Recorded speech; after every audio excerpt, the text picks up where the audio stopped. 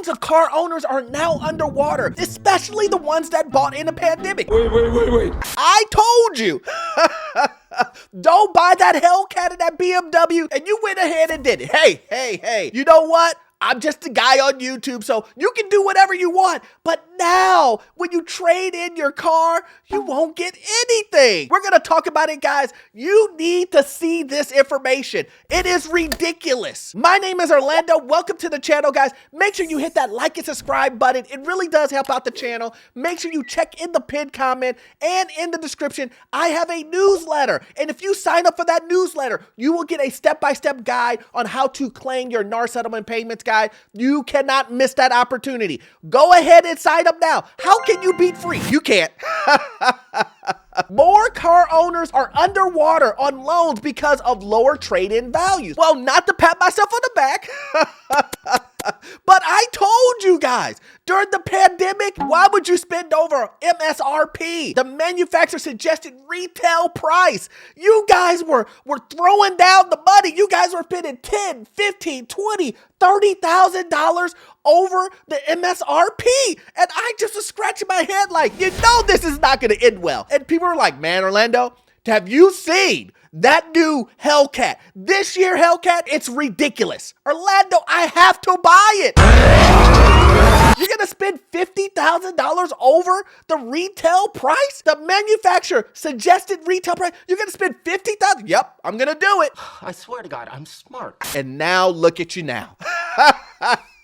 I know some of you guys are yearly car buyers, every 2 years. Now you're going to trade in that Hellcat BMW, and they're going to say, well, the numbers, when we look at the numbers, yeah, we know you bought it for $150,000, but yeah, this is only worth $60,000. And you're going to be shocked, but you shouldn't be shocked. And here's why. It says here, it took me nearly 3 years to find the car that I wanted to replace my 2006 van. I finally found a hybrid model I liked at the right price. It took a while because I was waiting out the dealer markups ranging from a few $1,000s to as much as $10,000 above MSRP, our manufacturer suggested retail price. You see what this customer is saying? They were waiting out the ridiculous markups that were happening during the pandemic. Guys, listen, if you haven't been on any of these dealers forums where a bunch of dealers are typing to each other, trying to do strategies, trying to tell what's going on in markets from New York all the way to California, you need to see this. Because during the pandemic, these guys were laughing at you. They were saying things like, I can't believe this guy came in here and paid $40,000 over asking. I can't believe it. We're gonna have a good Christmas this year. They were saying things like that. They were saying, this guy is an idiot. I can't believe it. I hope he knows when he trades it, he won't get the same price. They were saying things like this on forums, guys. They were laughing at you, telling you you guys were idiots to pay over asking. It's in the name. You're overpaid. Who wants to overpay? No one. And some of you guys were doing it on the most expensive cars, which blows my mind because the same person who just spent $100,000 to $150,000 on a car, or just a car that is expensive for their budget, is now sending me an email or a DM saying, Orlando, how am I going to get down payment money? Wow, I'm so smart. I know you just didn't ask me about down payment and you just bought a Hellcat. I know you just did it.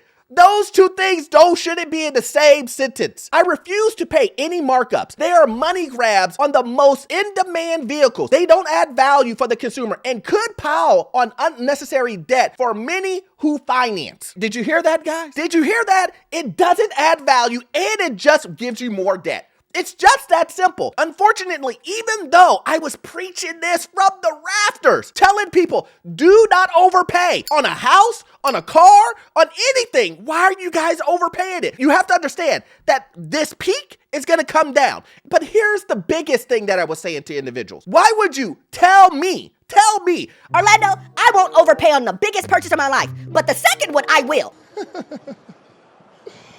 that make sense to me. Make it make sense. How does that even work? The willingness to overpay MSRP may cost buyers dearly if they need to trade in their vehicle that they still owe on. A growing number of Americans have gotten caught in the negative equity loop. They're upside down, meaning they owe more on their loans than their car is worth. Nearly half of new car purchases involve a trade-in. Did you guys hear that? Nearly 50% involve a trade-in. So what does that mean? That means if you bought at these ridiculous heights when the pandemic was happening, and now you're expecting to get some money back, or, oh man, look, I paid X, you're in the hole. You're in the hole. That's the truth.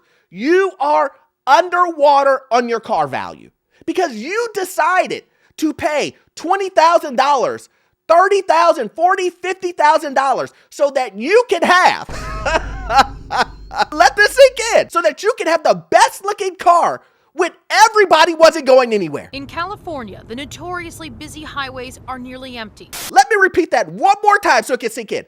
You paid $50,000 over asking so you can have your car sit in a garage during the pandemic. It's funny because it's true. Make that make sense to me. You paid a big storage fee in your own house. The average new car buyer with an upside down loan owed a record $6,064 at the end of 2023, guys. And listen, I want you to look at this.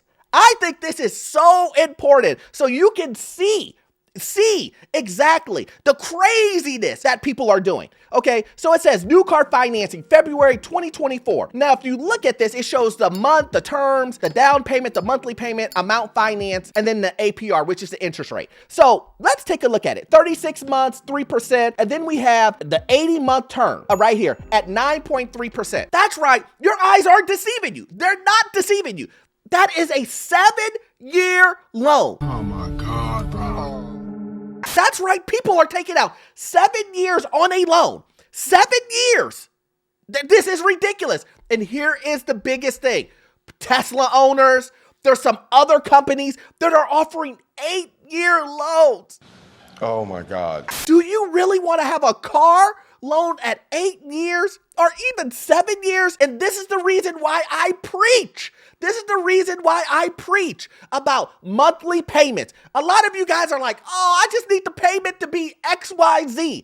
And this is what you get. You get financing, guys. You want to make $300, $400 a month payments? I got you. I can make that happen. You're just going to be in the loan for 50 years. Is that okay?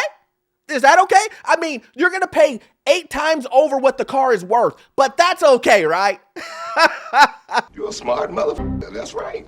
And some of you guys are taking that. Let's look at the payment for a 7-year loan. The monthly payment is $781. Now, a lot of you guys say, hey, that ain't a lot of money, Orlando. But to me, paying $800 on a car note is insane. And some of these guys are bragging about paying $14, $15, $16, $17, $18, $2,000 a month on a car for a Ford Raptor or the BMW or the Hellcat or whatever the brand new expensive car is that people want. People are bragging about this. Hey, sir, what is your car payment? Mine is $1,325. And what kind of vehicle is that? It's a 22 Ford Raptor. It's trash. And this is the thing. A lot of these guys overpaid, and now they're paying for it. No pun intended.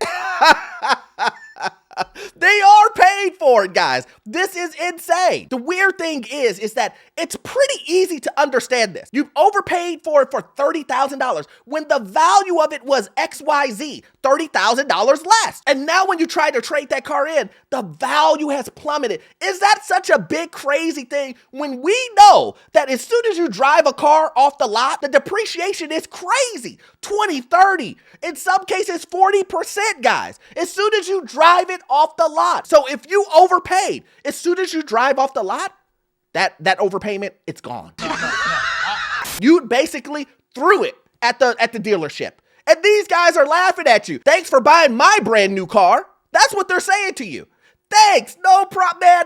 No problem. I will sell to you every time. If you're willing to pay $20,000 over asking, no problem. And I know what someone's going to come in. Orlando, it was supply and demand. And I would say, great. I mean, That's awesome. But just because there isn't any supply of something and there's a bunch of demand, does that mean you should overpay? Isn't that what we're talking about? What? That's kind of what we're talking about in the housing market, right? Isn't that what we're talking about? Overpaid for something just because it's in demand. But then when it's not in demand and you lose all of your money, then you're going to be like, oh, I lost all of that. I can't believe I overpaid for it. Or how about this? Once you've had the car for 5-6 months, the newness wears out, you regret your purchase. You regret that you bought that Hellcat in BMW. Well, there's only so much I can do, guys. There's only so much I can do. But now we have the numbers and they're showing there's going to be a lot of BMWs and Hellcats on the market now. I'm pretty sure now you can go buy one, 50% cheaper than it was during the pandemic. But who cares about that? Who cares about that? So hopefully you got value out of this content, but you won't get all of your information from this one video. You need to watch this video right here. Yes, this video right here. It will give you information on the housing market, financial news, get into your first rental property, and guess what, guys? The information you will get from that video, it is gold. Click on it now. See you in the next one. Thanks.